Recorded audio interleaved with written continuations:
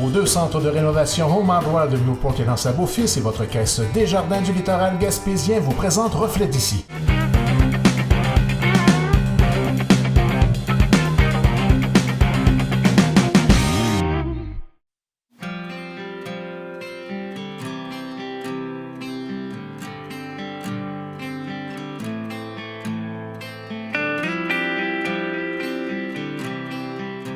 Julien Rescaux est devenu tétraplégique, paralysé des épaules jusqu'aux orteils, suite à un accident d'automobile. Bien que cet événement tragique ait signé la mort d'une jeune existence, il a surtout donné naissance à une nouvelle vie. Étant marqué par la précarité vécue par plusieurs personnes lésées médulaires, il met sur pied une fondation pour aider ces personnes paralysées suite à une lésion de la moelle épinière. Oui, la Fondation Adapte-toi vient en aide aux personnes qui se retrouvent paralysées suite à une lésion de la moelle épinière. Et sa mission, en fait, c'est de fournir une enveloppe budgétaire pour adapter le domicile en fonction du handicap et également de fournir l'argent nécessaire pour permettre aux gens de se payer suffisamment de personnel à domicile.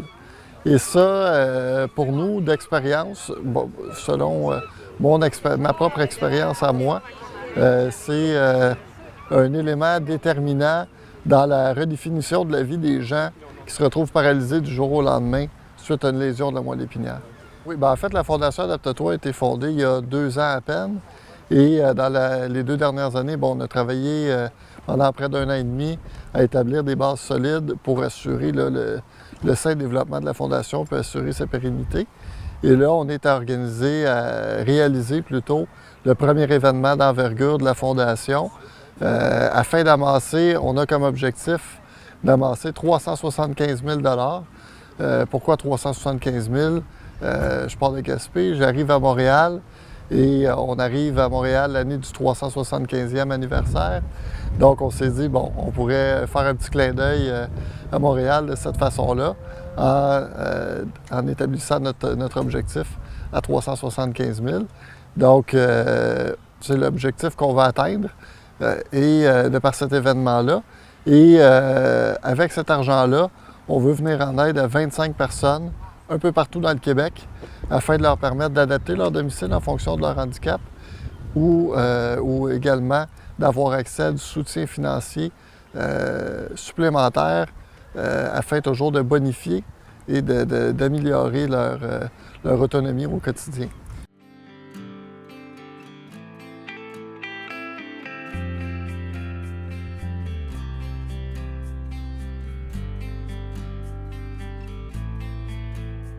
Une traversée de l'Est du Québec, de Gaspé à Montréal, en chaise roulante électrique, est organisée afin de sensibiliser les gens à la cause de lésions médulaires.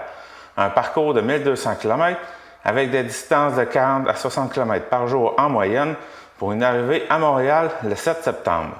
Bien, en fait, la traversée Gaspé-Montréal en fauteuil roulant, c'est une traversée d'un peu plus de 1200 km, un périple qui va se dérouler sur 25 jours. Et bon, on a eu cette idée-là au travers des diverses réunions qu'on a eues avec le CA et le comité d'organisation des événements. Et on s'est dit que, bon, malheureusement, là, la cause de la lésion médulaire, c'est quelque chose d'assez méconnu au Québec, malgré le fait qu'il y a plus de 2000 personnes chaque année qui se retrouvent paralysées de façon partielle ou complète suite à une lésion de la moelle épinière. Et on s'est dit quelque chose qui serait important à faire, au-delà de solliciter des dons, c'est de sensibiliser la population à cette réalité-là, malheureusement, qui est très méconnue. Donc, on s'est dit qu'en allant à la rencontre des gens, ça nous permettrait non seulement d'avancer des fonds, mais également de sensibiliser la population. Et là, en regardant les différentes régions, étant donné on a pour ambition d'intervenir un peu partout dans le Québec, bien, on s'est dit que la Gaspésie serait un bon endroit pour démarrer notre périple. D'autant plus que, bon, les Gaspésiens, comme on les connaît, ce sont des gens chaleureux, des gens généreux. Et aussi, moi, la première année suite à mon accident qui m'a paralysé les épaules aux orteils, j'ai eu la chance de venir passer quelques semaines ici en Gaspésie. Puis j'avais adoré mon expérience. Donc, pour quelques raisons, dont ceux que je vous ai mentionnés, on a décidé de commencer notre périple à Gaspé. pour s'en aller par la suite là, vers Montréal en traversant 119 municipalités et dont 25, les 25 principales municipalités où je vais faire un arrêt pour rencontrer les maires, les députés, les gens d'affaires, parce que pour nous, c'est souvent eux les agents de changement qui peuvent contribuer à l'amélioration de l'accessibilité des lieux publics et qui peuvent soutenir les personnes en situation de handicap. Et évidemment, on veut rencontrer aussi les gens de la population en général, les citoyens, pour, les sensibiliser à la cause, mais également rencontrer les gens qui vivent en situation de handicap, connaître leur réalité, connaître c'est quoi les contraintes auxquelles ils font face et voir avec eux, dans le fond, qu'est-ce qui pourrait leur permettre d'améliorer leur vie au quotidien. Je suis parti de Gaspé hier matin, direction Percé. Je suis arrivé à Percé en fin de journée sur l'heure du souper. Par la suite, on a eu notre premier événement, là, rencontre avec les gens de la population et les gens, quelques personnes là, du milieu politique étaient là également. Et ce matin, malgré la température, à Percé, c'était assez brumeux, là, puis il y a eu de la pluie pas mal. Mais malgré la température, là, on quittait Percé, direction Chandler, ce matin vers 9h20. On était un petit peu retardé justement à cause de la température.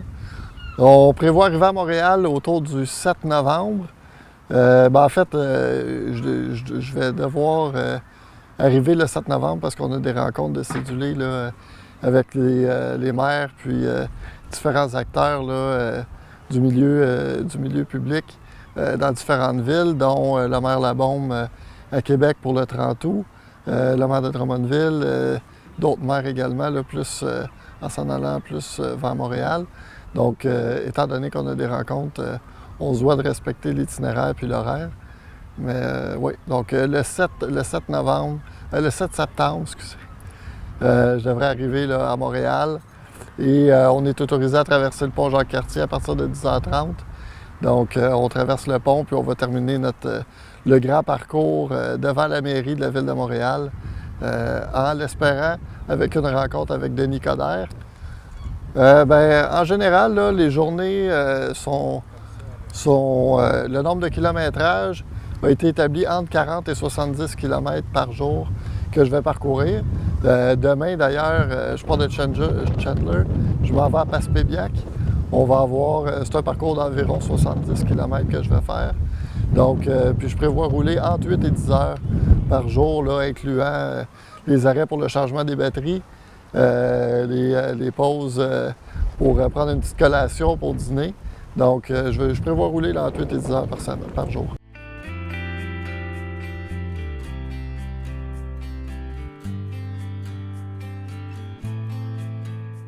Comme la chaise roulante est électrique, plusieurs ensembles de batteries sont ainsi nécessaires pour pouvoir être en mesure de rouler aussi longtemps chaque jour, en plus des nombreuses côtes qui déchargent les batteries plus rapidement.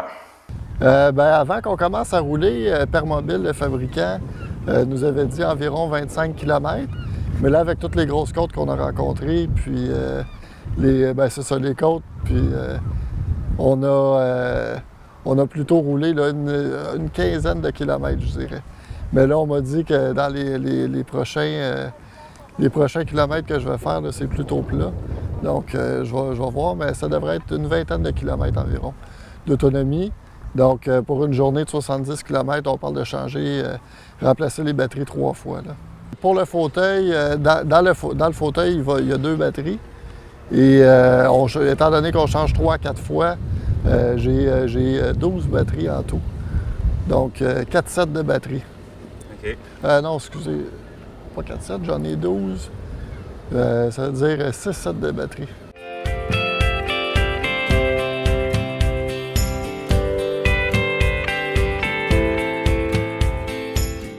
Comme Julien Rescot est tétraplégique, son fauteuil roulant est équipé d'un système de contrôle particulier.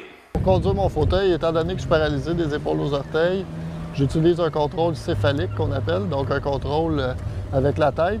Et pour contrôler mon fauteuil, en fait, quand je pèse sur mon appuie-tête vers la droite, ça tourne vers la droite. Quand je pèse vers la gauche, ça tourne vers la gauche. Et quand je pèse vers l'arrière, bien là, je recule. Sinon, j'ai juste à changer avec ma joue ici. Je vois les commandes sur mon écran. Et là, je pèse vers l'arrière, je m'en vais vers l'avant.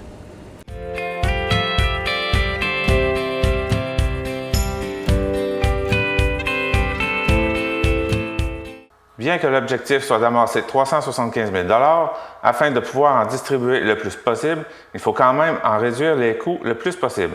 Donc, ça prend des partenaires pour embarquer dans cette aventure. Mais c'est ça, pour atteindre un objectif comme celui qu'on s'est fixé, c'est certain qu'il fallait aller chercher des commanditaires. Donc, on a la fondation Bourassa Savaria qui nous a donné une belle commandite. On a Cominor également, qui est quand même très actif un peu partout dans le Québec et ailleurs au pays. On a Cible Solutions également, là, qui nous a offert une belle commandite. On a Groupe Dallaire et évidemment Permobile, qui est un fabricant de fauteuils international, qui nous a fourni le fauteuil, deux fauteuils roulants. Je dirais la Cadillac des fauteuils, ce qu'il nous fallait dans le fond pour être bien équipé pour faire la traversée. Donc Permobile c'est notre partenaire principal en fait. Il nous a fourni les fauteuils, toutes les pièces de remplacement. J'ai mon fauteuil principal, mais j'en ai un aussi en backup, comme on dit, en cas qu'il arrive quoi que ce soit.